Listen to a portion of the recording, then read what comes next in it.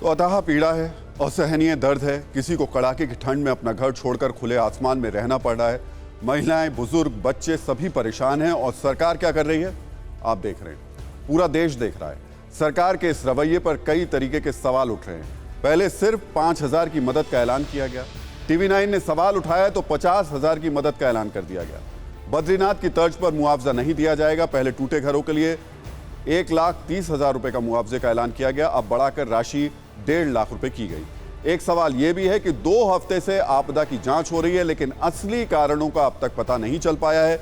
यह भी पता नहीं चल पाया है कि आपदा मानव निर्मित है या कुदरती है। पहले कई घरों को तोड़ने की बात कही गई थी, लेकिन अब सिर्फ 2 होटल्स की बात हो रही है।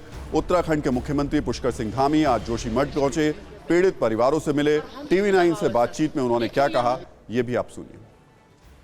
मैं आप सब लोगों से भी कहूँगा कि हमारा प्रदेश आपदा से हमेशा ही जूझता रहता है। ऐसी स्थिति नहीं है, पूरे देश भर के लोग यहाँ आते हैं, आस्था पूरी दुनिया की यहाँ पर है। तो स्थिति आई है और भगवान से हम प्रार्थना करेंगे कि जैसे बरुणावत पर्वत के समय में पूरे उत्तरकाशी में आ गई थी, केदारनाथ की इतनी बड़ी आपदा आई थी, अभी धारचूला में आपदा आई थी, अनेकों स्थानों पर आपदा आती है और धीरे धीरे सब चीज़ें सामान्य होंगी। और हम यहाँ भी भगवान से प्रार्थना करते हैं बद्री विशाल से कि यहाँ की स्थिति भी सामान्य। बद्रीनाथ को जो मुआवजे को लेकर सर विवाद हो गया है, लोग कह रहे हैं बद्रीनाथ की तर्ज पर हमें 6 गुना मुआवजा दिया जाए, उसको लेकर सरकार ने इनकार कर दिया। क्या मोटिव, क्या इंटेंशन, क्या अनाउंसमेंट करना चाहिए? सरकार ने कोई इनकार नहीं किया है। जो सबसे अच्छा मुआवजे का प्रावधान हो सकता है वो प्रावधान हम करेंगे। पूरी सरकार जोशीमठ के लोगों के साथ खड़ी है, राज्य की भी और केंद्र की भी। जोशीमठ के लोगों का दर्द है, लेकिन उत्तराखंड सरकार की अपनी दलील है, जो इस हालात में किसी के गले नहीं उतर रही है। राज्य के सीएम पुष्कर सिंह धामी के सचिव मीनाक्षी सुंदरम ने TV9 से बात की। उन्होंने कहा कि बद्रीनाथ की तर्ज पर मुआवजा नहीं दिया जा सकता। जोशीमठ में उत्तरकाशी के वरुणावत की तर्ज पर मुआवजा दिया जाएगा। किराए के घर में जाने वालों को 6 महीने तक 4,000 की मदद दी जाएगी। ये भी बताया कि जोशीमठ में 723 मकानों में दरार है, अब सहमति देने पर ही मकानों को तोड़ा जाएगा। 131 परिवारों के 462 लोगों को अस्थायी राहत शिविरों में भेजा गया है। जमीन से पानी का रिसाव लगातार घट रहा है।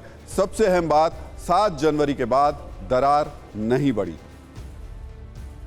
1.5 लाख रुपए देने का डिसीजन होने के बाद पुराने डिसीजन 5,000 का क्वेश्चन पूछना मुझे सही नहीं लग रहा है। तो ये 1.5 लाख घर के बदले है या फिर फौरी राहत के तौर पर है? ऐसा तो नहीं कि घर वाले पैसे में से काट लेंगे और ये पैसा देकर आप कह रहे हैं इसमें से खर्चा कर दीजिए और वो इस पैसे में से खर्चा कर ले, कल को घर बनाना हो तो उनके पास पैसा नहीं होगा। फिर 50,000 फौरी राहत है और 1 लाख रुपए मकान की जो कॉम्पनसेशन पैकेज डिसाइड होगा उसमें एडजस्ट किए जाएंगे। उत्तरकाशी के वरुणावत लैंडस्लाइड के तर्ज पर मुआवजा दिया जाएगा, लेकिन बद्रीनाथ की तर्ज पर नहीं दिया जाएगा।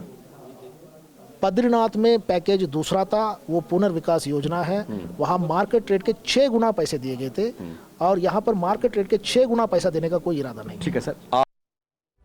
वैसे उत्तराखंड की सरकार को ये बताना चाहिए कि भारत में ऐसी कौन सी जगह है, ऐसी कौन सी कंपनी है जो 1.5 लाख रुपए में किसी का मकान बनाकर देती। फौरी राहत देने वाली सरकार भले ही दर्द पर फौरी दलील दे रही है, लेकिन दूसरी ओर मौसम लगातार रौद्र रूप धारण कर रहा है।